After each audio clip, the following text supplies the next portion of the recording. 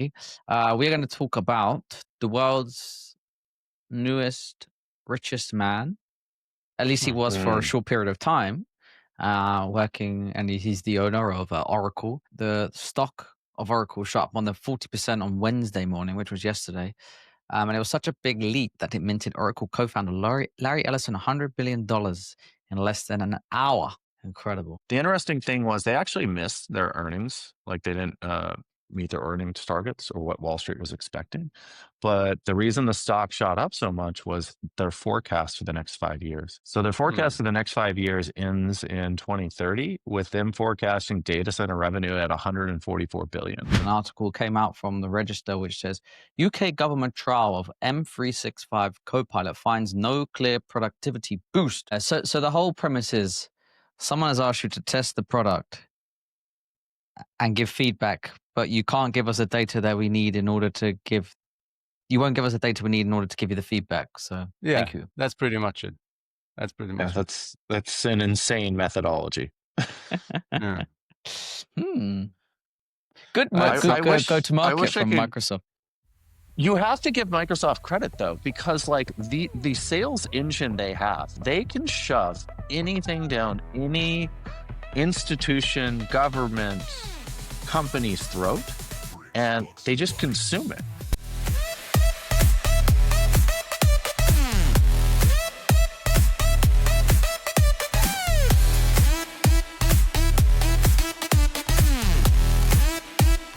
Bricks, box, and bytes. Hello, everybody. We are back with a vengeance, and today there is 3 of us. Well, how many of there was us last? There was 4 of us last week, right? But Martin, you All weren't 4 here. were together. You had Mike Power. That's right. Subbing for me. Something. And we had Martin was in Ibiza, and I think Patrick has taken some inspiration out of Martin's travel book and made his way over to LA. Although I think it was for a McKinsey conference or where a few people have He's gone for so. a conference as a guest or as a someone who will be speaking? I don't know, actually. I'm not 100% certain. How is it possible? He hates conferences, right? I mean, you have to be a very important person to get invited to these things. So I guess we can tease him next week and find out. But Martin, how was Ibiza? Ibiza, sorry. The Americans pronounce it Ibiza, as Dustin not only educated me last week. Americans, European countries also would pronounce it this way. Only British. Okay, so maybe Ibiza is just the British way. Yeah. Great. I mean, great. I'm sure you've been, so you know. Great fun, so much fun. Great. And also I had the holidays last week with parents and family, so it was brilliant as well. Thank you. Good. Are you guys familiar with the Ibiza final boss? Yes, I've seen that one. What Okay, I'll is leave that? it. Oh, it was like this video of this guy with like a mushroom haircut, sunglasses, and a chain in a black vest dancing in one of the clubs there. And someone recorded it and put it on social media, and it went totally viral. And now he's like doing tours around at shows. There's like paraphernalia created about him all over the internet, merchandise and whatnot. And it's become a very popular meme. Yeah, it's a summer meme. It will be gone in 3 weeks, I'm telling you. So fun times in Ibiza. Okay, shall we discuss what we're going to discuss today? We're going to talk about the world's newest, richest man. At least he was for a short period of time, working, and he's the owner of Oracle. So we will talk about some news on that front and their deal with OpenAI. We talked last week very briefly about this deal that Balfour Beatty had done with Microsoft, and following that, there had been a report that came out about some productivity, and the UK government had trialed a Microsoft 365 Copilot license and found no clear productivity boost. Surprising. Incredible. Then, in a roughly 35 minutes or so, Jeevan from OpenSpace, CEO of OpenSpace, will be joining us. They just had a big announcement on Tuesday with their Waypoint conference. So looking forward to hearing about what they have in store for the next few years. And then we will talk about whether it's acceptable to not wear shoes in the office. And if we get there, Autodesk has announced a new partner strategy. But before we Not kick wear off, shoes? Does that mean Yeah. wear sandals or just no shoes? Barefoot. well, I guess that's part of the debate. Okay. It's What funny does you it bring mean? that up because people in my life know. have told me that sandals are out of style. Sandals are out of style. Well, actually, Who said that? Who said that? What's their credibility? Several people. In fact, I got a video So- sent to me about how cringe or ick sandals are. So what do you switch it with? I guess like some sort of boat shoe or something. You know, when you're wearing shorts, I prefer to wear sandals. I don't know, what do you guys think? Yeah. So Dustin, are you talking about Birken? Do you know what Birkenstocks are? Is that a thing in the US? I know what Birkenstocks are. Yeah. Yeah, they're like sandals with the big straps. Yeah, so they're actually Yeah. definitely in the UK. Yeah, Lots in of the people UK, wearing people them now. just run like in the weather like that. It's middle of September, rainy, and people wear these and socks on. Yeah, Socks on, Yeah. huh? I'm not a big fan Socks of on. socks with sandals. Socks on. No. Yeah. yeah. So I think you'll be fine if you wear them over here in the UK or US. Maybe when I'm in Nashville next week, I won't bring mine. In fact, that'd be cowboy boot territory, no? Yeah, definitely. I'm in Nashville right now. So a lot Yeah. of cowboys were walking the street. Yeah, you guys Are you- meeting next week? Yeah, we're gonna meet, Mhm. and we are we'll do something fun over there with Bricks and Bytes. But I'm curious, Mhm. Dustin, you're there like what 3 days before the conference begins? So are you putting up like Edify flags all over the city? No. Ah, I was telling you, but I had the choice we had to go meet a customer in St. Louis yesterday. And so it was either fly back to San Francisco, then fly to Nashville on Sunday, or just come hang out in Nashville. And yeah, why not enjoy good. a new city?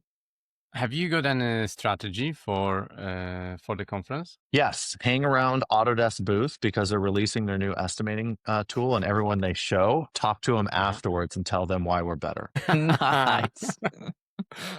I might have to get some footage of this for the Please media. do. It'll be entertaining. Okay. Oh man, that sounds awesome.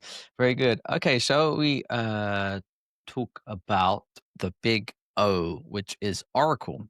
So our friends obviously at Oracle have a quite big presence within the construction industry. They're owner of Primavera, or probably the largest scheduling software available. And now they are building OPC, Oracle Primavera Clouds, moving everything onto the cloud, which I know is something that they're currently going through. But with that, yesterday, so here's the headline: Oracle's sudden. Oh no, sorry, that's the wrong one. Oracle and OpenAI seal a $300 billion AI power play, and as a result of that, Larry Ellison, the owner of Oracle, his net worth soared past 400 billion US. And I think that surpassed Elon Musk for a short period. I'm not sure how it looks right now, but I don't think he is currently above him in the world rankings of richest guys. So there you go. Well, the cool thing Exciting about news. Larry that people don't realize is that he owns 40% of Oracle. 40%. He the newest venture? You know, he built it at a time. He's also the king of borrowing money to acquire assets. So a lot of people don't understand that Oracle actually has 100 billion in debt on the business. It's a substantial amount.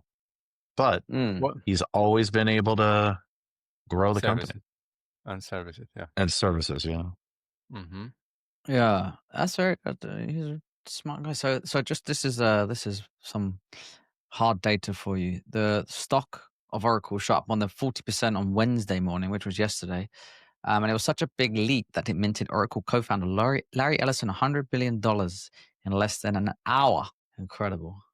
Mm-hmm. So what is interesting is that Oracle has signed four multi-billion-dollar contracts with 3 different customers, giving the company $455 billion in outstanding contract revenue that it expects to collect on.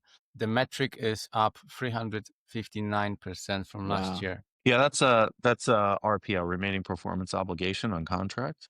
The interesting thing was they actually missed their earnings. Like they didn't meet their earnings targets or what Wall Street was expecting. But the reason the stock shot up so much was their forecast for the next 5 years. So their forecast for the next 5 years ends in 2030, with them forecasting data center revenue at 144 billion. Which, for example, I believe AWS's revenue is like 112 billion today. So they're talking about Oracle going from where they are today, which is something like 15 billion annually, to 144 billion. So bigger than everything that AWS currently does for all the companies that it supports in a matter of 5 years. Insane. That was the forecast that had everyone, okay, if you're going to do that, your stock is worth a lot more. And here's a good analogy, because people may be wondering why, like, what's been driving this. So they has signed obviously the $300 billion deal with OpenAI, and there's questions about how OpenAI may pay for that, which we will get to. But also, maybe two or three other large, 3 different customers in total, which gives them this total 455 billion revenue figure. And here is the analogy. It says that people will be buying computing capacity from Oracle. And if semiconductor giant NVIDIA is the picks and shovels play of the current frenzy, think of Oracle as the Levi Strauss play. It's not mining the gold, just providing durable trousers. Nice. Who's doing the pants then? Underneath the trousers? Yeah.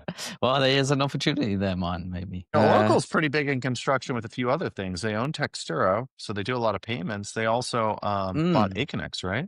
They own Aconex. Exactly. And that was like the largest construction tech acquisition. Yeah. They're in history. So they're quite expansive. Yeah. They represent a lot of projects acquisition globally. strategy. A lot of the big EPC contractors, that's their ERP solution. Owen, can you hear it? There's a little bit of a connection issue, but we can carry on. Yeah. That's right. Yeah, I was trying to find out the data on how much of their revenue is coming from construction, but there's really nothing there. There's estimate that between 5-10% comes from construction offerings. No idea. I think that what's also interesting about this article, Oracle doing great things. Obviously, this forecast is on the basis that this deal with OpenAI goes through, 300 billion US. But there are concerns about a number of observers within the industry saying that OpenAI by 2029 will burn through 115 billion US, and that their current revenue is around, according to an article released in June, 10 billion US. So they need to 30x that revenue in order to pay. I know I'm being very basic here, but they need to 30x that revenue figure to pay for the Oracle deal. So do you think it will happen? I mean, everything seems like it's based on promises and hopes. Yeah. So I'm pretty sure. Well, I can only guess, but what's it worth? Not much. I don't think it will happen. It seems like everything we're hearing is the projections of very rosy outcomes. Yes. So like, if I were to think about it, raising capital for a startup, if I'm going to go pitch a VC, the way I would present it is, if everything goes right, this is what we're going to go do. So the optimistic outcome, I'm not fabricating it, but like everything goes right, here's what we're going after. And so it feels like these are the rosy outcome, not the most likely outcome, the most rosy outcome. Yeah. And I think that if Oracle achieves this sort of revenue growth, I just can't imagine they have the physical capacity to do it right now, which means they're going to be building data centers to like crazy. Means they're going to have to borrow a lot of money because they're not going to get these performance obligations unless they're providing the compute. And I'm a little unclear, are they actually buying the NVIDIA chips and operating the data centers? Or, I think Patrick would know their business model a little more, or if they're just doing something else. But I can't imagine they have the capacity right now to fulfill that. So they need to go out and spend a bunch of money. And where it could become problematic is they go out and spend and they overbuild, because OpenAI can no longer, like if OpenAI, I'm sure that they have clauses in the agreement, like we're only obligated to spend 50 billion of the 300. So it's more like a promissory note. Yeah. And how much time does it take to build like a large data center? I would guess it's probably I don't know, 3 years? No, it can be done. I mean, they can be done faster. Just the other issue is, how are you going to power all of these things? Like, sure, if the land's entitled, everything has the electricity available and all of that stuff, then the speed of construction isn't so constraining. But you have all of those other conflicting issues that make things problematic, in my opinion. Yeah, I There's a think lot that of people. So there's Go a ahead. lot of reliance in order for Oracle to succeed here on OpenAI being a success, because they go and do it like you say, Dustin. Go and do all this stuff, and then suddenly OpenAI doesn't work out for whatever reason, and what happens next? So all it took to have this like staggering 40% gain was to give a prediction, right? Because Yeah, 100%. the earnings didn't show it. Okay, so the earnings No. go down, and you making a prediction that in the next 5 years I will do X, Y, Z, and that's crazy to me, actually.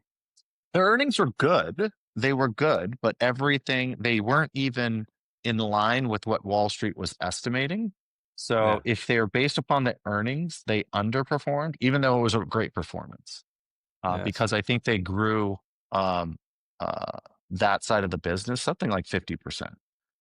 Yes. Close to that. But So if you- no, it's all on a prediction Yeah. forecast.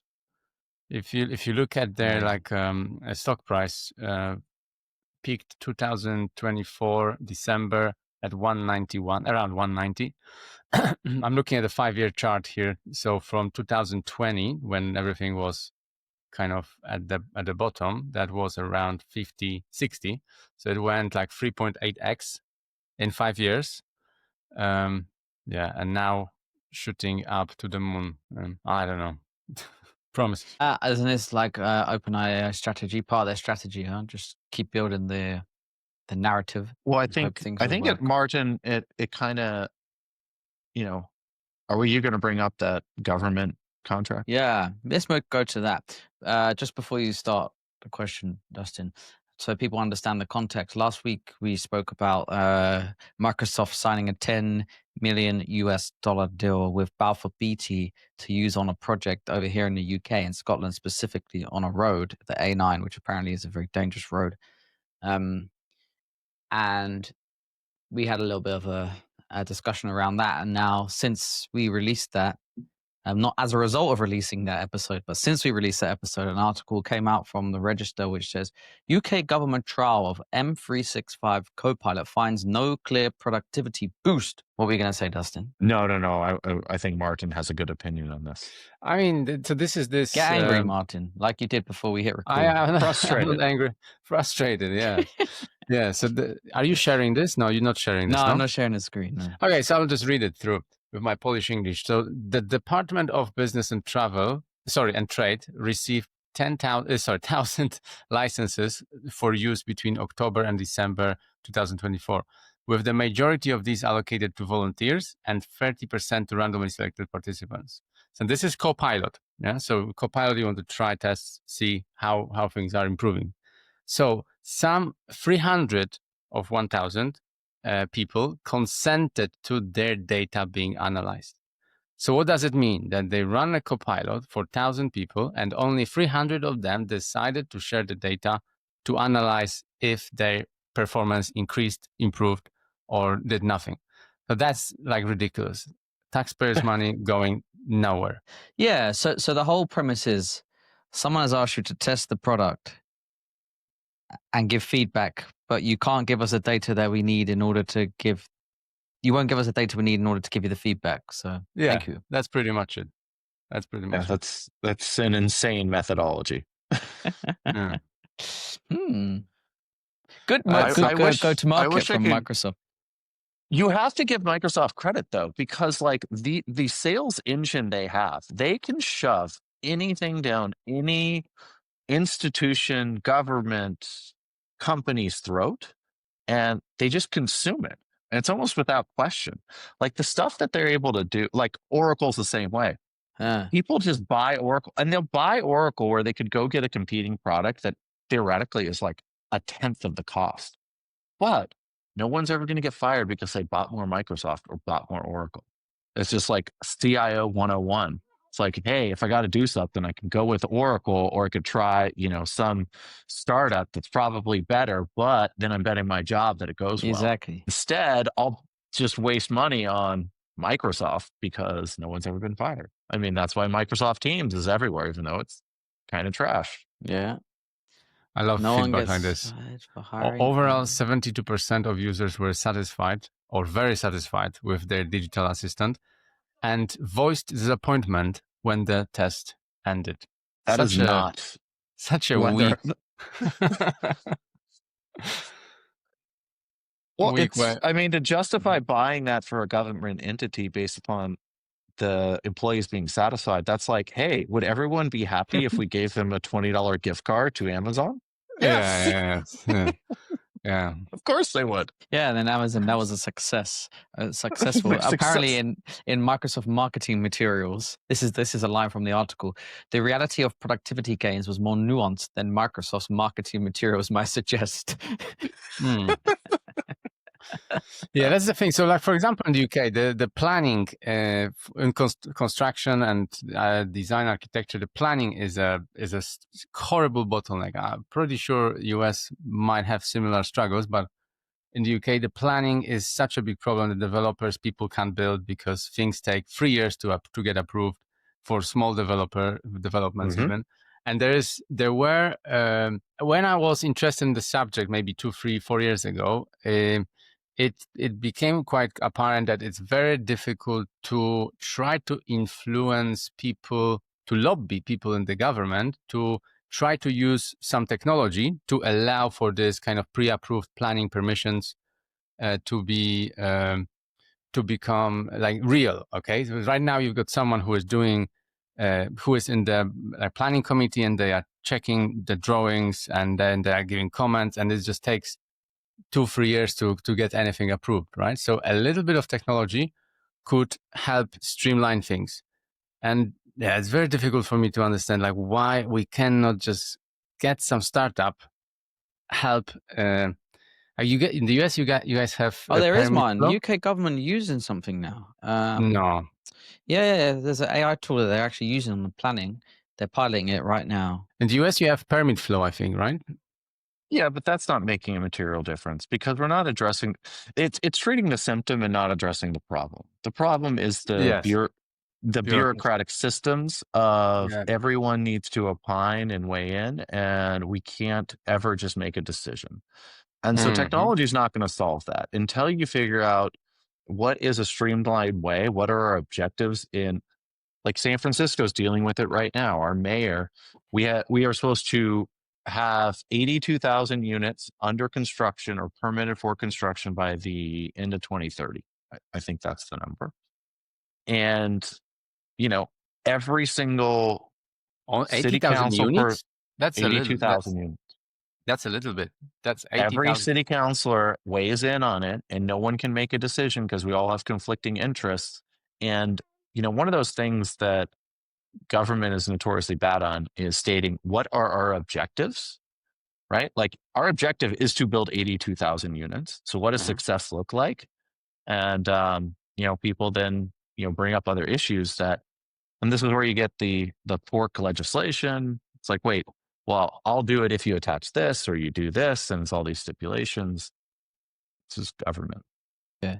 On the Martin, this article was released back in June 25. PM unveils AI breakthrough to slash planning delays. They're actually using a tool which they could name Extract, and guess who they are building it with? In contrary to our discussion on Microsoft right now, they were using Google DeepMind. So they're using all sorts. Google, Microsoft. I thought that was the cardinal sin. Wait, the government is trying to build this themselves? I think Google is building it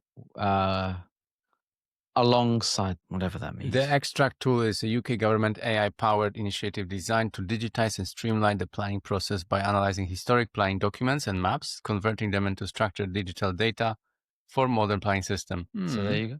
There is a chance then.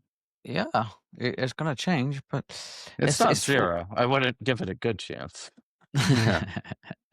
On the Microsoft 365 piece, as we were on the discussion of productivity, it says 2/3 of the employees in the trial used Microsoft 365 at least once a week, and 30% used it at least once a day. In the UK, prices range from £4.90 per user per month to £18.10, depending on the business plan. This means across a government department, those expenses could quickly mount up. Yeah, as long as people are satisfied, I'm happy to chip in. Yeah. Yeah. I'm sure that's how you really feel.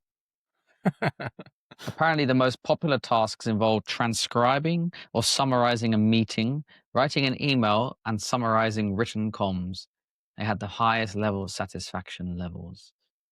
However, Microsoft 365 Copilot uses completed Excel data analysis more slowly and to a worse quality and accuracy than non-users. Conflicting time savings reported in the diary study for data analysis. And then finally, hallucinations. 22% of the Department for Business and Trade guinea pigs that responded to the assessors said they did identify hallucinations. 43% did not, and 11% were unsure. That's funny, isn't it? I'm unsure if I'm hallucinating. This is just reality now. So there we go. Nice. Okay, should we go on to this article? Because I was just scrolling the article where you guys were talking about shoes in the office. So thanks, Mo, for sending this. It's a good discussion point. It's a fun little topic to discuss here. What do you both think about wearing shoes in the office?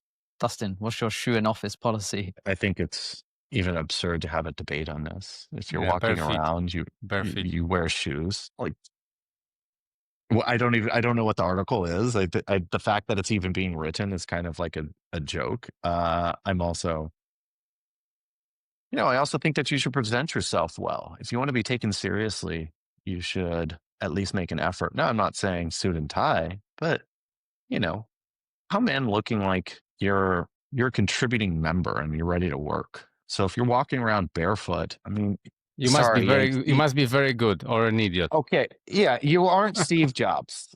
I'm just gonna say that. If you're watching this podcast, you're not Steve Jobs. You're not yet.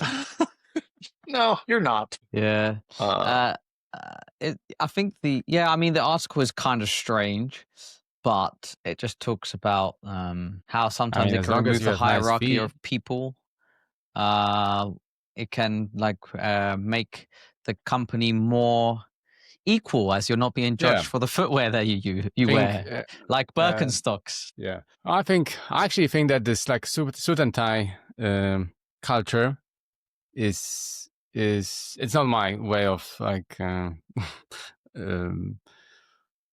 know. It's not my way of doing the work, or I never kind of could fit in the past when I had to be dressed in suit and tie or like uncomfortable stuff. So I'm all in for you wear what you want and you dress how you want. Obviously, you can't make other people feel weird or uncomfortable. But I think as long as things are delivered, then great. But I have to say, my experiences within small teams, not large businesses. I used to work for large businesses, but that was just not my culture. I just can't fit in it. Something quite. Go, Dustin. You go. I was going to say that's a really important point. Know your culture and the environment and the team and dynamics. When you're an early stage startup, of course, if you're working for a large corporation, the large corporation can't let this slippage occur. There's one guy without shoes. Okay, if shoes aren't acceptable, why do we need shirts? Who knows? What? Where do you start drawing the line? Just slippage. It's just Yeah, there's something very comfortable about not having to walk around in your shoes, or even barefoot. Something about being connected to the earth as well. When you walking on a beach in barefoot, you feel very good and you feel different. Something feels very nice about it. I'm not sure that effect can be replicated in an office. But I think people will feel more comfortable and perhaps they perform better. Maybe there is an argument. I think most people's feet are gross. So what about how you offend me? Well, I might be triggered because of your feet. Quite possibly, yes. It's your problem. What do you think are? I'm also just scrolling this article, and now I'm almost certain it's a affiliated. What's the word when someone like writes things for affiliate marketing? Affiliated, right? Like to sell certain types of shoe. So Dustin, you made a good point earlier about sandals being out of fashion, but in this article we have the top 5 favorite stylish slip-ons.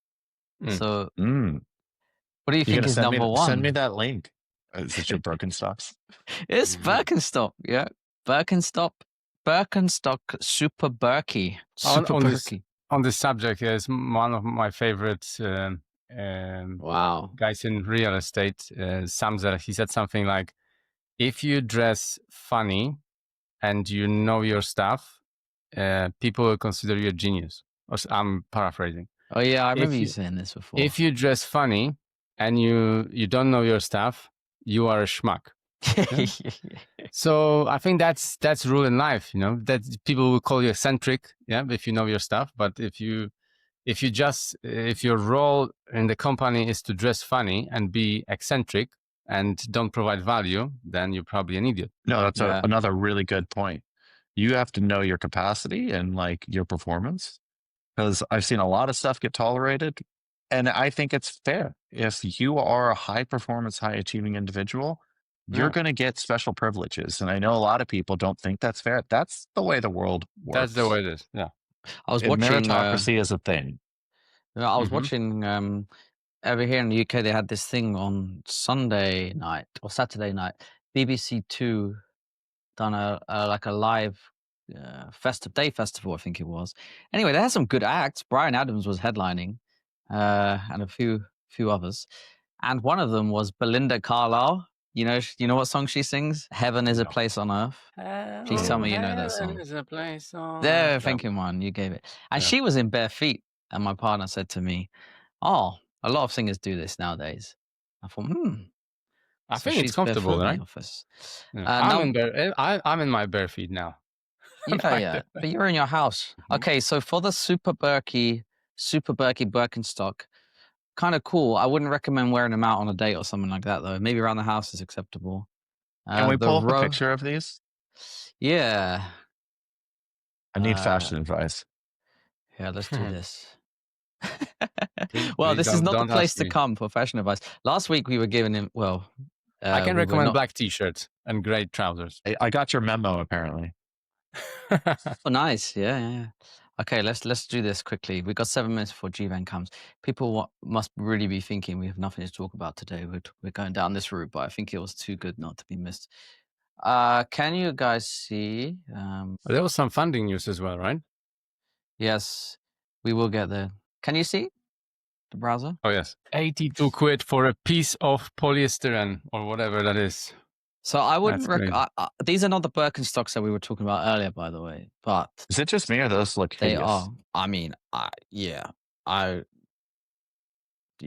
for me. $82. This is number 2. 2. Wow. Wow. Look at the price tag on those bad boys. Aren't those sandals? Yes. Okay. Yeah. Okay. Next one would be the UGG. Number 3 is the UGG Tasman Leather Region. Oh, I really detest these shoes. They're kind of. Are those $1,000? The ones I just showed you are $1,000. Yeah. Doesn't make sense. Here we go. It's number thingy. I really dislike these shoes. Oh yeah, I saw that. My sister got them. Yeah, it's like lots of people like them in the UK. God. Okay, where was I? Let's talk about funding. Next one. Yeah. Sorry? Funding. Let's talk about funding. Okay, yeah. I was going to show you 4 and 5, but we can go down that route. Yeah, literally before we went live, there was a funding announcement. Join. Just raised a round. I'll try and find the article quickly. It's pre-construction, right? Yeah. Yes, sir. You guys have it. How competitive are they to you, Dustin? Right now, not competitive. We will be competitive in the future, but we also, if people want to use Join, they can use Join. If they want to use us, they can use us. Mm-hmm. So they support the value engineering. So getting through that, we want to move into value engineering. So they don't do estimating though. So it says that the article says that There's no figures mentioned from what I can see. It just says joint secures growth investment from construction giants DPR Construction and Stowe BG, Stowe Building Group. I wonder why they did not put the amount on here. Secret. Dustin, what is value engineering at pre-construction stage within like Edify context? What would that mean? Like, how is it done now, and how would that be done more automatically or like in the future? So those are two questions that have different answers. Today, the typical process is the design team issues a design set of drawings. It might be SDs, DDs, or CDs, and the contractor will price them, estimate what this will cost, and then typically it costs more than what the client's willing to pay. So value engineering is mostly about what can we do to the project to bring the cost down to something the client can tolerate and still meet the performance obligations or the performance objective of the project. And so you go through a bunch of decision-making process, and then you issue a new set of drawings, and then you do that until you get to a final set of drawings that they can sign a GMP for. Expensive. So that's why I said Edify supporting the estimating of these, and then Join targets the decision management of it. In the future, actually, what I believe should happen in a lot of times is I actually think the contractor should take a more forward process, more proactive process in the design development. Either the owners now approaching contractors first. Contractors are building estimates that inform the designers on how to think about the design, so that the cost when they actually start detailing is more in line with what the contractor already priced. So telling them what the assumptions are, and that should theoretically lower the number of decisions. So, I mean, what you said earlier, projects they can decide on if they're going to be built or not faster. So on this, is there any chance that in the future we'll see? So hold on a second. So if the price is established based on 2D drawings or 3D information, mostly probably 2D drawings, and there is once the drawings are out there is a fixed price which is not announced yet because no one has done the valuation of the product, right? But once it's valued, then you know the price.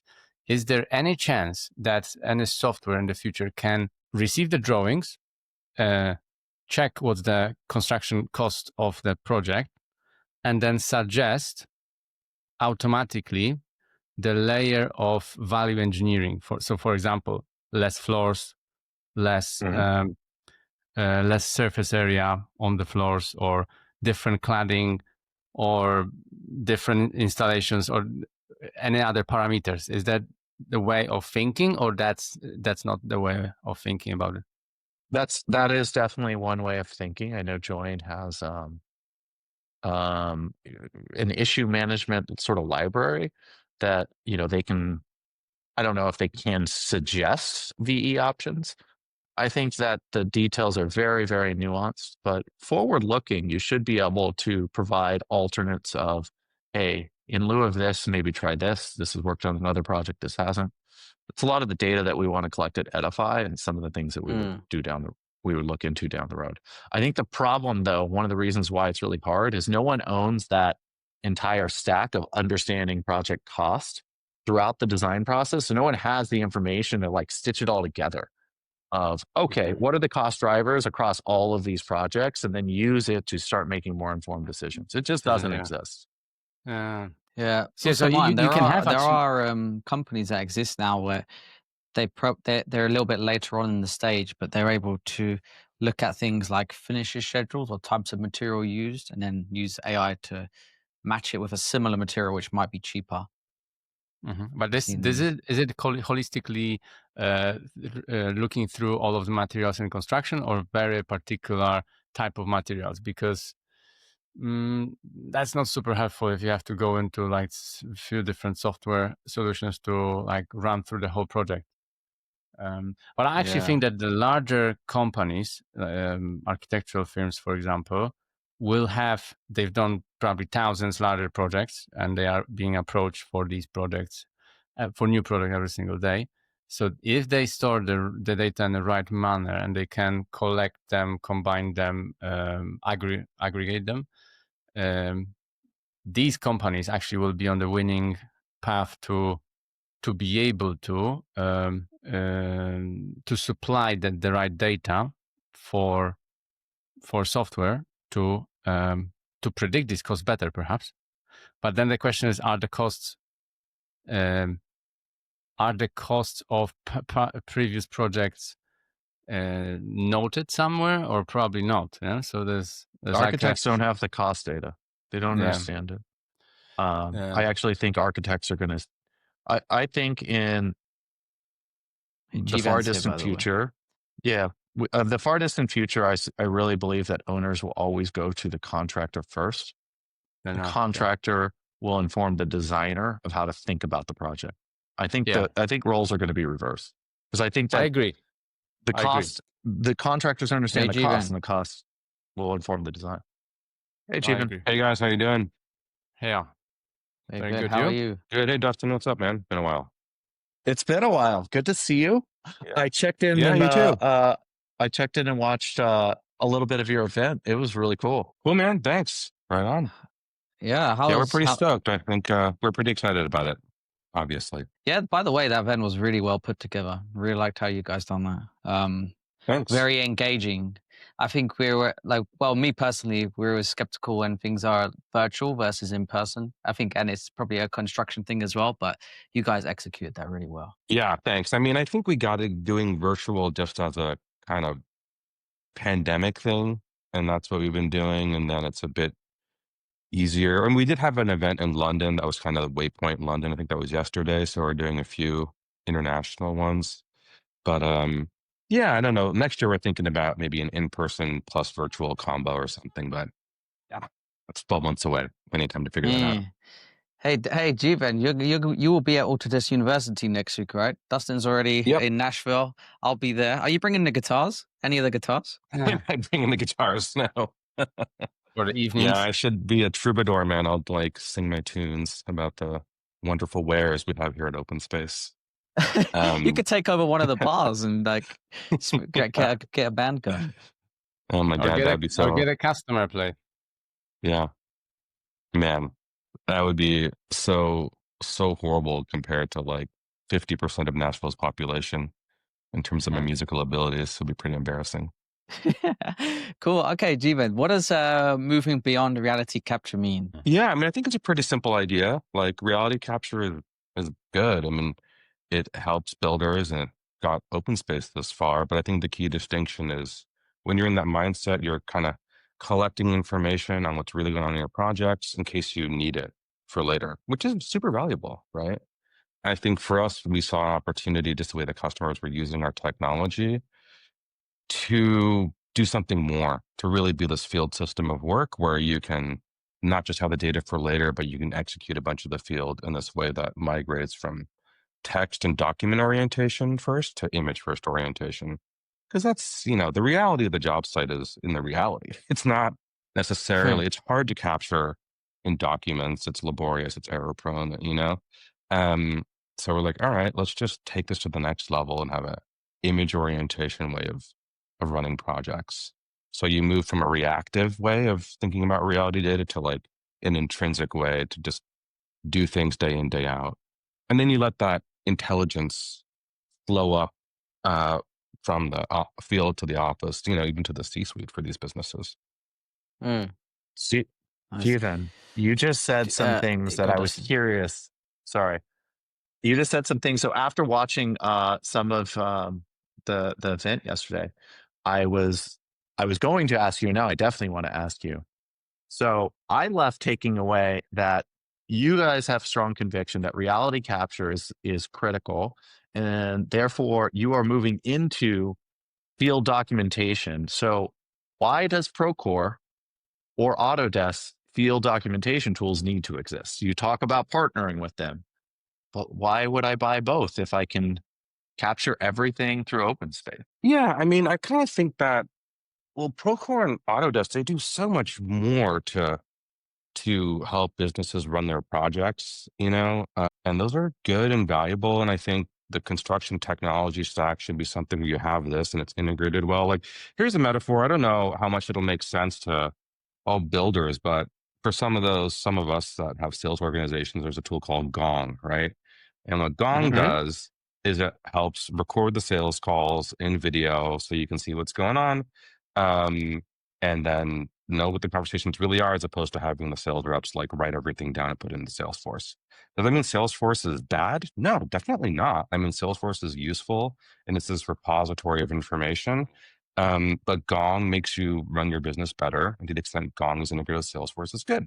That's kind of how I view OpenSpace, as like Gong gets reality. It's like, what actually happened? I can just watch the call and watch the video, see what happened. And Gong does a good job of compressing the information, so not watching endless videos, right? I think OpenSpace kind of similarly just gets the reality of the field, gets that really just flowing through, and then that can be plugged into different workflows or pieces of information, say in a system like Procore or Autodesk.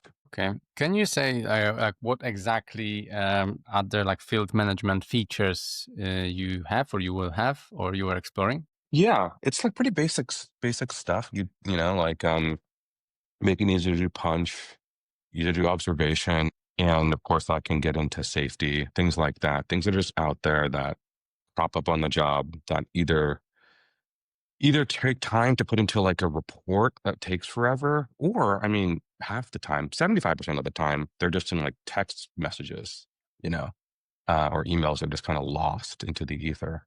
So those are the things that we think we can help builders just do faster, and then be able to collect the intelligence in a way where they can use it without it being sort of lost into some like random text string somewhere. I like And this. once you I'm going to share my screen. Hey, Martin, you go. I'll share my screen whilst.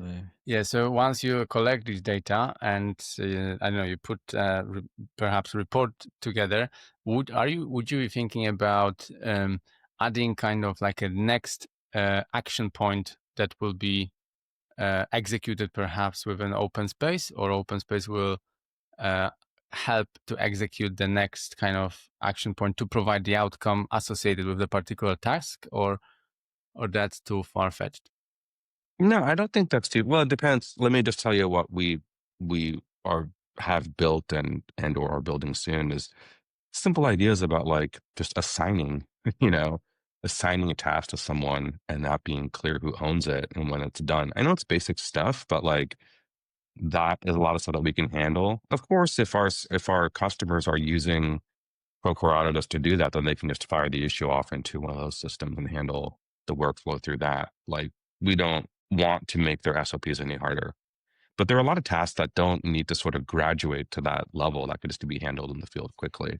So that's kind of the way we think about it, is very basic workflow things, but not trying to reinvent really complex ones. I'm going to share this. Jeevan, while he's sharing that, amazing graphic you guys came up with. Go, Dustin.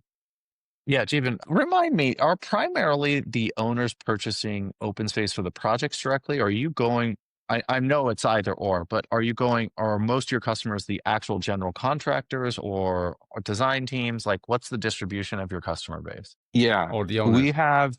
That's a great question. So the distribution of OpenSpace customers, it is GCs, owners, and trades. I believe by revenue, GCs are 40 something percent. So you can see it's pretty, and then I think owners and trades splits the rest of that balance. So it's a pretty balanced customer base among the sort of 4 parties that, are involved in kind of building and maintaining our buildings of the world, right? We have a couple other interesting customers that are sort of one-offs, like banks and things like that, but that's the mix. So it's not strongly tied to either owners or GCs or anything like that. And sorry, go on. I only ask that because I do think there's a scenario that plays out that's quite interesting, because it would be more dramatic in construction. If the owners are paying for OpenSpace, what a lot of contractors are doing is trying to bill the owner for their software tools. It's like, it can be as much as, half a point on the project. And then are the owners going to be like, no, our documentation system is OpenSpace. You already use that. If you want to buy Procore because you also want to have it tracked in Procore, you own that. That's coming out of your fee, or Autodesk or whatever. I actually like where this is going, because at some point people can pay for things that, I do agree with your analogy on CRM to Gong, but the source of truth in the CRM to Gong, I don't think is necessarily saying you're closer to the source of truth, which is the reality of the project.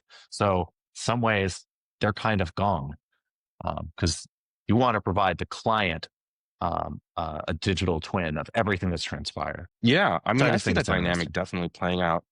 Yeah, totally. I mean, in the end of the day, the owner pays for everything, no matter what, period, right?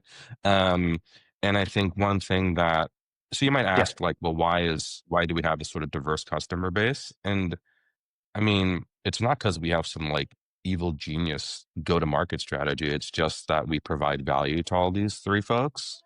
And I do think that things like OpenSpace, they're not confusing to an owner as to why you'd want it, right? They're like, we want that, right? And GCs, like a lot of our GC customers use OpenSpace in their pursuits, because it's like, hey, you should build with me, Acme Builders, because I use this technology, and you can be confident that I'm an honest and transparent builder because I'm using this thing.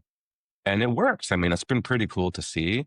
And I think there are other kind of pieces of software that, say, GCs have or need to use that the owner doesn't really care about. They're like, I don't care, dude. Use whatever system you have. I'm not interested in it, but that's fine. But then there are certain things, I think OpenSpace is in this category, where it's not, it adds value to the people sort of up the capital stack of a project like the owner. Jeevan, I wanted to ask you about this. So the owners and GCs on the same. I think we have a it's little still going. connection lag, but we hopefully it will realign itself. Jeevan, you there? I'm hearing you guys. I'm hearing you guys loud and clear. It's weird. I've heard my 3 times connection. him saying, "I'm here." Yeah. Hold on, guys. We're losing them. This internet in America is not working well today, guys. Yeah, what's going on over there? I don't know. I've been I am tethering having okay. zero lag. Yeah. No. Okay, now you're good, I think. Okay. Jeevan? Yep, I hear you. Hey, Hold on. feel free to turn off the camera, Jeevan, if you like. Okay. Yeah. Maybe that'll help things. All right. Camera off. Yeah, it's still breaking quite a lot. Here, let me try it. It's weird because you guys are coming in perfectly for me, if you can hear me. We can hear you now, I think. Yeah. Okay. It's sounding better. Okay, I wanted to ask you, so the owners and GCs, for example, on the same project, would you agree that they might have different incentives to use RealityCapture? And what are your thoughts here? Yes. And we definitely have many examples of one single project where we have multiple different people using OpenSpace, where those owners are using it, GCs using it, and some trades. I was in a project in New York recently, and I think there were 5 separate companies each using OpenSpace. And I think that makes sense, right? Because they're all sort of looking for different things. And so like they want to be able to like monitor different pieces of the project. Right. And do they use the same product, or you have different product for the GC or for the owner or for the trade? Is it the same product or different? Same product. You know, at some point you can imagine different flavors or something, but the core of what it does makes sense for all of them. Dustin, do you have one? If not, I'm going to go on to this graphic. I've got like a very very broad question actually, but curious to see what you say. What are the trends right now in reality capture? Where the industry is galloping towards? Yeah, I mean, it's a good question. I think, what are the trends? I think there's just different flavors of where you can take it. I think there's a very, I would say, technical trend of really thinking about like BIM and reality and really merging those. And that's actually kind of an old trend, I would say. I mean, that's back from laser scanner days where you'd laser scan a project and you measure deviation to see if like, yes, you know, this air handler unit is actually where it should be, 5 centimeters off. I think people are still working on that and it makes sense and I get it. I think that's one trend. And certainly I think another is just consolidation. And I mean that I suppose there's kind of the company aspect of that as you have um, certain companies that didn't quite get to scale, and you have I think is the fewer companies that are kind of in the category. But I actually didn't really mean it from that point of view. I meant it more from a like having all the data get consolidated. I think customers want that, right? And that's one thing that we we thought of when we launched OpenSpace Air, which is our ability to get aerial data in the same platform. So I think that data consolidation is another trend that at least, I mean, I see that as a trend because our customers are asking for it and we responded to it. Do you see like more consolidation? I don't know if consolidation is the right word, but more merger of software and hardware within reality capture, or not? No, I actually don't. I mean, it's not an uncommon kind of cycle where you see like a hardware device which creates a category. This is true in just the world of technology, generally speaking. But then that kind of gets divorced where you have the hardware and software companies be separate things. And then if there's a totally new hardware thing, it gets rejoined again. And my general take and what we're seeing in our world is that the people that build the devices and the hardware and the people that build the software are like separate. And I think that makes sense because I think what customers really want is hardware that works, obviously. But from the software, I think they're just demanding a lot of capabilities, right? Things that take the data, organize it, and actually plug it into how they run their business, which is kind of a separate thing from building the hardware itself. I'd like to focus on. I really like this graphic you put together, which has been on the screen for some time. But Yeah. to me, who enjoys visual things like this, you're really pointing out the necessity or obligation, perhaps, to have a reality capture tool within your stack of tech software that you have as a customer of OpenSpace, including your ERP system, project management system. And now the third part of that Venn diagram being the visual intelligence system. So nice. And I think maybe to Dustin's point earlier, but maybe the question here, Jeevan, is like, what was the thinking behind displaying it in such a way Yeah. here? Why like that? Yeah. Okay, so to answer your question, I'd love to tell you that this diagram came from our like crazy visionary concepts within the company, but really it just came from customers like, drawing this diagram on their marker boards in meetings for the past year or so. And we were like, okay, that makes sense. We get that.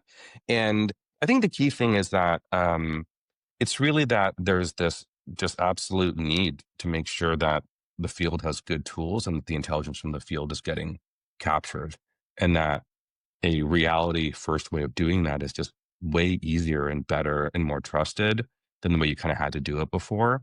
And so they were kind of saying, this is the way we want to run our field projects, is like in this reality first kind of way. And you open space guys like are fitting into that. So keep going in that direction. So we said, sounds good. And it made sense to us. Nice. Hey, Jeevan, I have one on why OpenSpace has veered away, not or does not have like a, because you earlier this year announced OpenSpace Air. Are you planning to go into robotics? I think some of as we've seen, like within the reality capture space, there's a few Mhm. spot the dog lookalike robotics kind of solutions that exist now. But from what I see, nothing from your side. Yeah. So I would kind of talk about my answer to the previous question and the relationship between hardware and software. We have a bunch of well, not a bunch, but we have some customers that use OpenSpace with robotic systems today. And the OpenSpace part works fine. It doesn't care if it's on a robot or a person or a golf cart, right? So the software doesn't really mind on what sort of hardware is being used to capture the site. And so, yeah, I mean, I am a huge fan. If and when robotic systems are truly able to handle job sites, like, great. And I think it'd be an awesome way to help builders build, and we would be stoked. That's even more information for our customers, and then we can help organize it and pull insights out of it. So that's kind of how I think about it. I don't really think OpenSpace should build a robot though, because there's a lot of people working hard on that. It's a super complex problem, especially in construction, and we are more than happy to be working with some robotic companies to like partner with them to see if we can develop these solutions together. Hey, Jeevan, I've been meaning to ask you because I didn't get to watch the entire conference, so you might have covered it. Are you guys using image recognition for like identifying safety hazards or constructability defects? How much are you diving into those sorts of things? Yeah, I would say a lot and carefully. That's the way I would think about it. So, That's a good answer. we have a progress tracking solution and a partnership on that. It's good. It's like, that's the holy grail. Like, am my project going to finish on time? Right. And like, we can actually provide those answers now. And I think we have I like our approach because very many people have been bashing their heads against trying to get this to work. And I feel like we've got something that really works at scale. And it's not just for like ultra mega projects, but we have smaller projects that are using this progress tracking system. So yes to that. And I think you got to be really in tune with what really moves the needle for the builders, and what isn't just noise or isn't actually making it worse for them. So I think safety is a super interesting topic, right? And I think there's a lot that companies like us can do to help out with that. But the details matter, man. Like if you have a system that flags the safety issue, but it doesn't flag it until many hours pass, that's actually not good. I mean, a customer that you have to remediate those things. Right. Or if you flag something that is wrong, either a false positive or a false negative, that is not good. Like Time waste. so, and that's very specific to safety, right? And so, like, I think it's important not to let the whiz-bangedness of the technology get ahead of what the customer and the builders actually are trying to freaking do to like make their jobs get done safely and on time. And so, just like spraying the technology at a bunch of use cases you generally hear about, I think is not wise. And by the way, I don't want to sound like I know everything. Like we, some years back did experiment with a safety oriented experiment, with a few of our builders. And we're like, I don't think this is the right spot for us to add value at this time. Like I think we will in the future. But progress is, I thought, something where we can add a lot more value more quickly based on what we can do.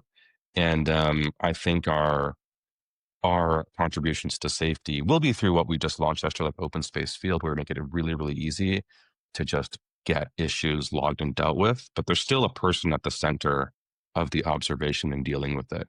You're not relying on a system that may be getting things wrong or getting things not on time. Yeah, you did touch on, I think it was your head of product or head of engineering, did touch on one use case that really hit home for me, having worked on a hospital campus. So they're constantly remodeling, and as you build, a lot of times you're putting in like metal backing to support anchoring in various medical devices. And because what's easier, looking back on a photo to see what's in the wall or ripping down the wall? And for anyone that's ever had to encounter that. So I do think there's tremendous value in being able to go back in time and see what was put into the project that you cannot see anymore. And that applies to a whole bunch of different systems. It's not just in the walls, but it's everywhere. Yeah, totally. I mean, I think that was the kind of core nugget for getting the company started, is that pictures worth 1,000 words, and you can't especially in a dynamic space like a construction site, like things change, man. And you need to be able to, like, you can just look at something without doing destructive verification. Save a lot of time. We do a lot of destructive verification in construction. Yeah, totally. Hey, So painful, hey, Jeevan, right? I have one.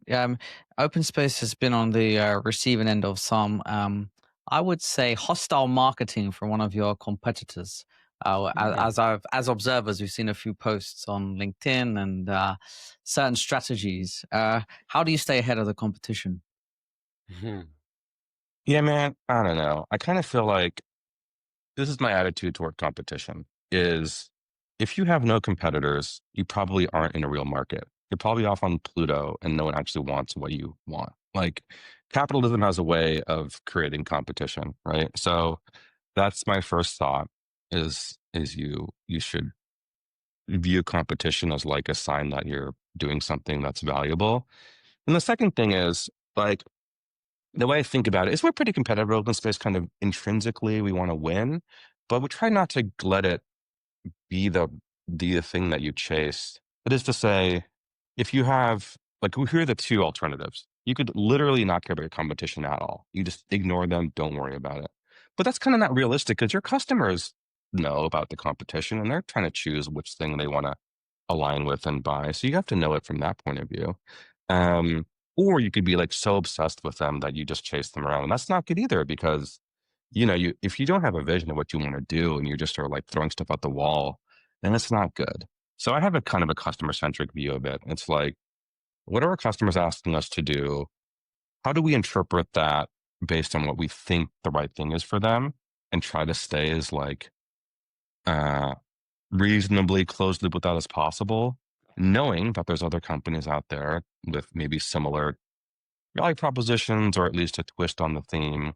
So you got to kind of know, but you can't take the bait, like it'll drive you crazy and you might build stuff that's not good in the end. Yeah. So that's my answer. I mean, I really mean it too. I mean, I'm not trying to be high minded. I think that's really like the right way to think about competitors. Fair enough. I think Any that's last one from either of you? Yeah, I think what you just said, Jeevan, is really insightful because I think a lot of founders, and I certainly did it really early at Building Connected, and I have toned it back a ton with Edify. Although you have to be mindful for competition because you need to be able to talk about your competitive differentiations when you're in meeting with a customer. I guess from a founder perspective, how do you, I mean, one of the things that you said was, competition does this.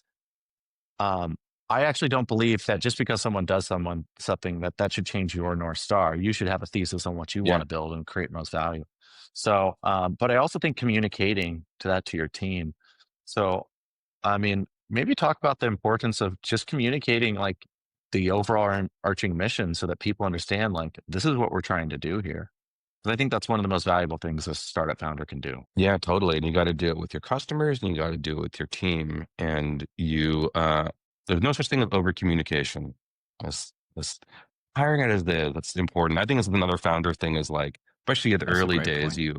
You want to come up with the ideas, get ideas. But at a certain point, it's just like, dude, figure out your idea once or twice a year and then just repeat it over and over and over again. That's actually your job, and then you're collecting data and then you might change it, but don't be all over the place.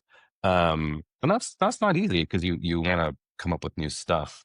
But and I think communicating internally is so interesting. It's like especially as you're coming into a little bit bigger, you're not talking to everybody. They're all doing their jobs and they're very focused, which is good. But reminding them of what you're trying to do at key moments is important. And I think there's different levels of this. I'm sure you went through this, Dustin. You're doing that now. Is like you have your overall vision. Maybe it's a sentence or two, ideally. But that's sometimes not enough. Like even just to let you guys know internally at OpenSpace, there's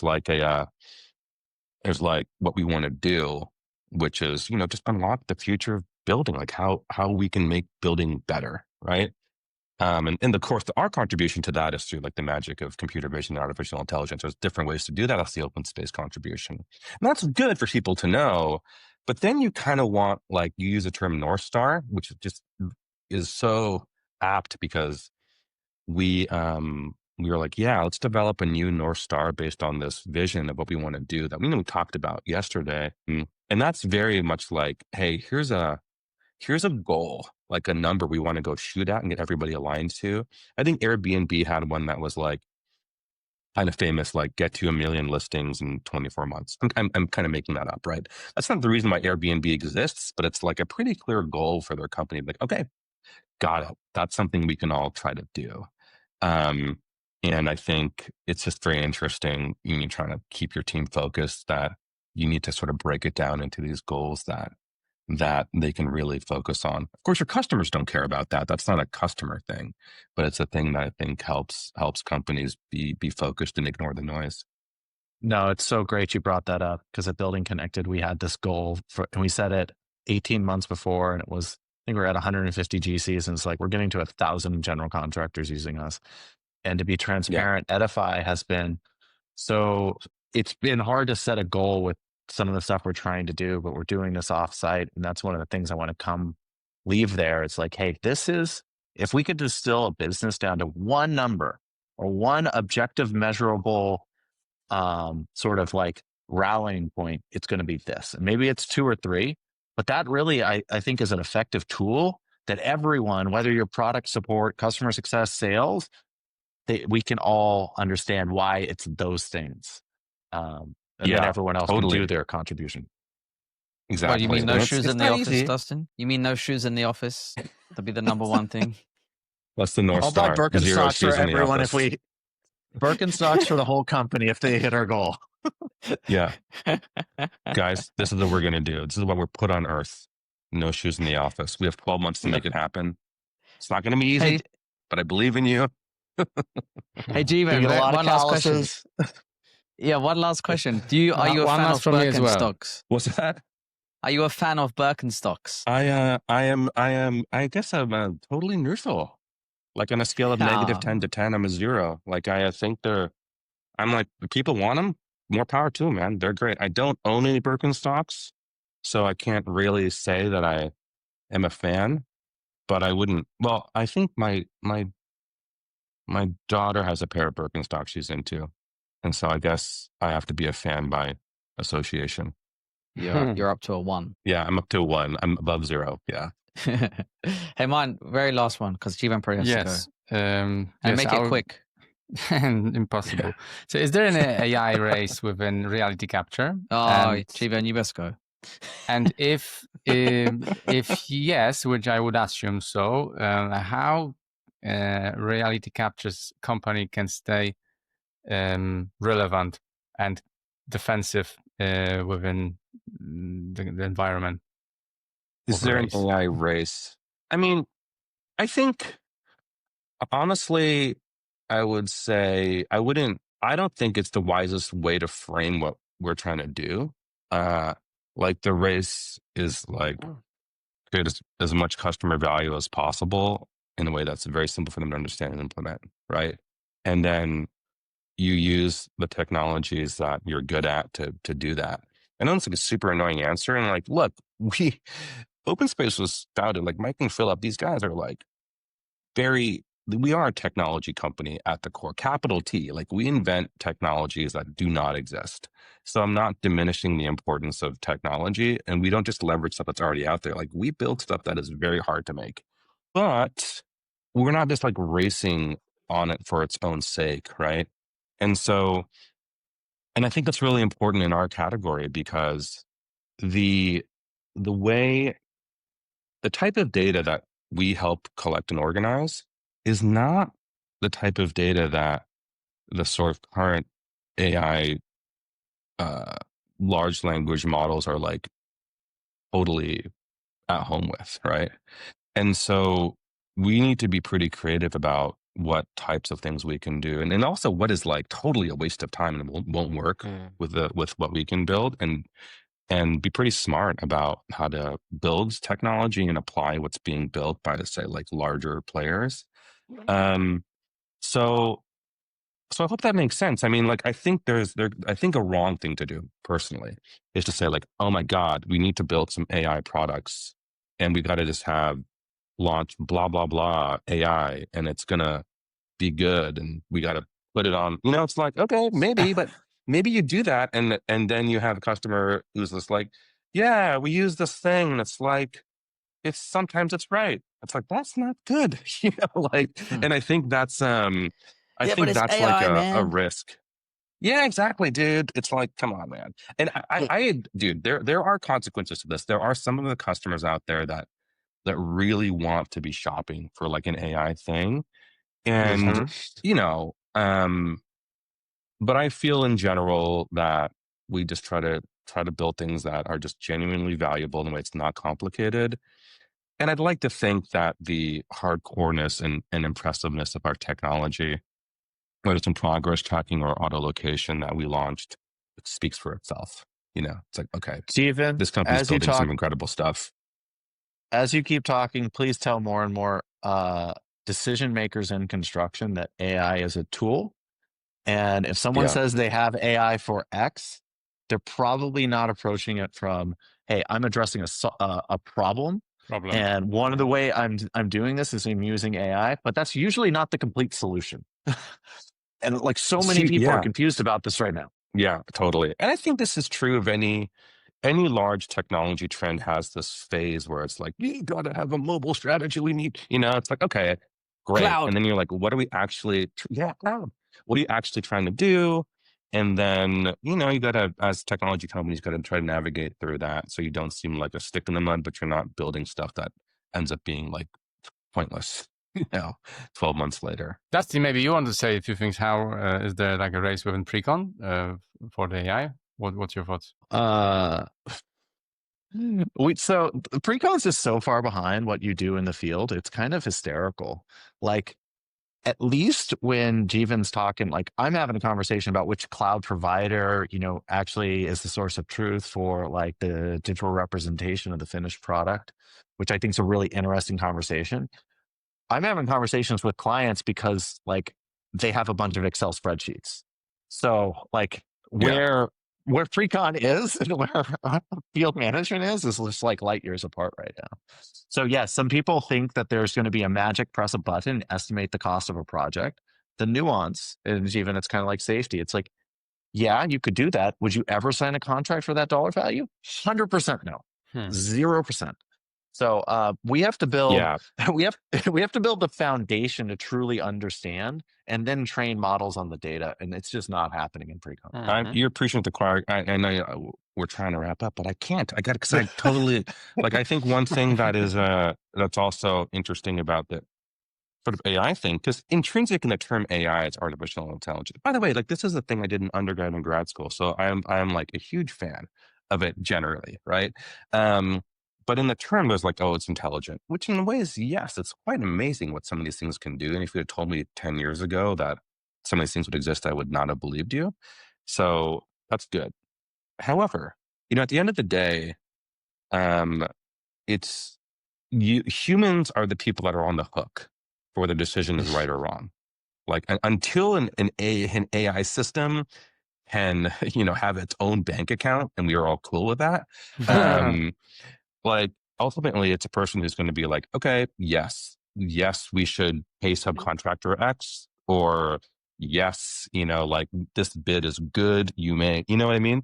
And so you just have to remember that these things are like helpful tools, but you're on the hook at the end of the day for what you're going to say you're going to do or not. And abdicating that to any tool is like very risky. You know what I mean? So that's our approach at OpenSpace too, is like, we have this mantra, better decisions faster. Like that is what we're trying to give to our customers.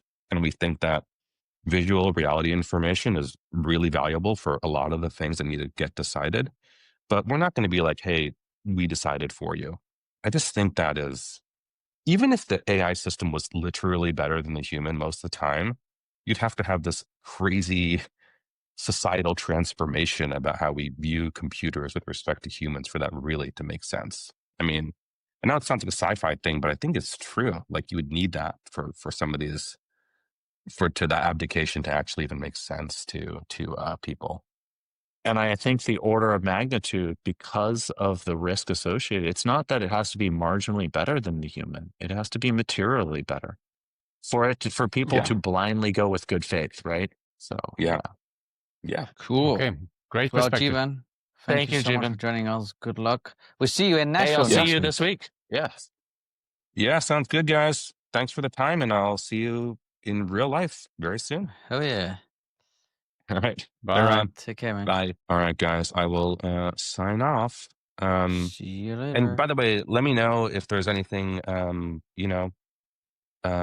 we need to do if the recording didn't totally work. All right. Oh yeah, we'll let you know, dude. It'll be good. I think it will All be right. fun. Cool. It was good. Okay. Later on. Thanks. Bye. Very cool. Always interesting to talk to him. Like, I mean, yeah, great. 8 years now. OpenSpace Mhm. has been going. Yeah? Yeah. 20. I remember when he was just starting. 20, A friend of mine 2017, brought him yeah. by. A friend of mine brought him by the Building Connected office. It's amazing what they've built so far. Yeah, very interesting space, hotting up. To the point on the competition. I don't know if you've seen some of the posts from the marketing team with Drone Deploy, but Is it some like of it's directly targeted towards OpenSpace? like not direct, but come on, like it's You can damn tell. obvious. And so I'm not going to they've done say their anything because I wouldn't say anything nice. So I'm going to actually shut my mouth this time. fair enough. But one thing I noticed that they obviously OpenSpace done their waypoint this week, and Drone Deploy were advertising their and employees were posting about their event that they've got going as well. The same week, I was like, oh man, come on, guys. That's a bit toxic, right? Well, Is it I don't know not? if it's toxic, because if you think about it, why do all furniture shops congregate in the same corner? Yeah, but is of it not the- funny? Like if I was a customer and I was seeing the people like trying to bash each other from the companies, I would I don't have know. fun. I wouldn't You be. would I would probably be, say, "Oh, I should also check that out Have- too." Martin, have you ever seen how security software companies check out what security software companies do to each other? Yeah, I got nothing wrong with They it. hack each other or something. I don't know. No, they're like, I mean, they bash each other all the time. This. Look, I think that. Do you mean so? What size of companies? Like very, very large, like multi-million, billion type of companies, or smaller? Yeah, it's just across the board. I mean, almost every person that you get any security company is like comparing themselves directly about like why we're better. At the end of the day, you got to highlight what's your best. I don't think you need to necessarily say something bad, but I'm also not of I mean, shoot, the stuff that I've had to deal with in my career with companies just suing you, just try to slow you down. Marketing doesn't bother me. Whatever someone wants to say, free for all. Big boy here. Let's have some fun. Nice. Any more subjects before we wrap up? I want to bring up one thing, and I know it's a little political, but Charlie Kirk's assassination, it's incredibly sad whenever someone's shot and killed. But I would encourage anyone, as people that are celebrating this, I was deeply bothered by that. And I think we've all probably now seen some of these videos. All Charlie Kirk ever did was promote political discourse and actually discourage violence. And to see people celebrating that is deeply disturbing. And so if you're on the left, if you're on the right, now's not the time to get more divided. And I feel the frustration because I loved listening to Charlie Kirk. I thought he could eloquently have a conversation where he comes from a set of beliefs and values, and then he applies those to situations, which I think is the right way to do it. But I just really, really think people need to be really mindful of violence is not the answer in politics these days, and stop promoting what you think is going to happen and deal with what's going on right now. Like, I'm so sick of some of these things, these hyperbolic situations where we need to stop this individual because they're going to go do that. You are not precognitive. Just not stop it. Well said. Cool. Okay, well, on that note, Dustin, I'll see you in Nashville soon. Martin, what are you doing next week? I'm going to flying to Zurich for ETH. It's not Ethereum conference. Architecture. It's not Ethereum. It's not Ethereum. No, it's the Technology Institute, or whatever the translation is of Zurich. I will be helping moderate a panel about investment in architectural startups. Nice. Yeah, Very cool. Sounds good. Okay, guys. Gentlemen. Ciao, ciao for now. Okay, see you next week. Later. Bricks, bucks, and bytes.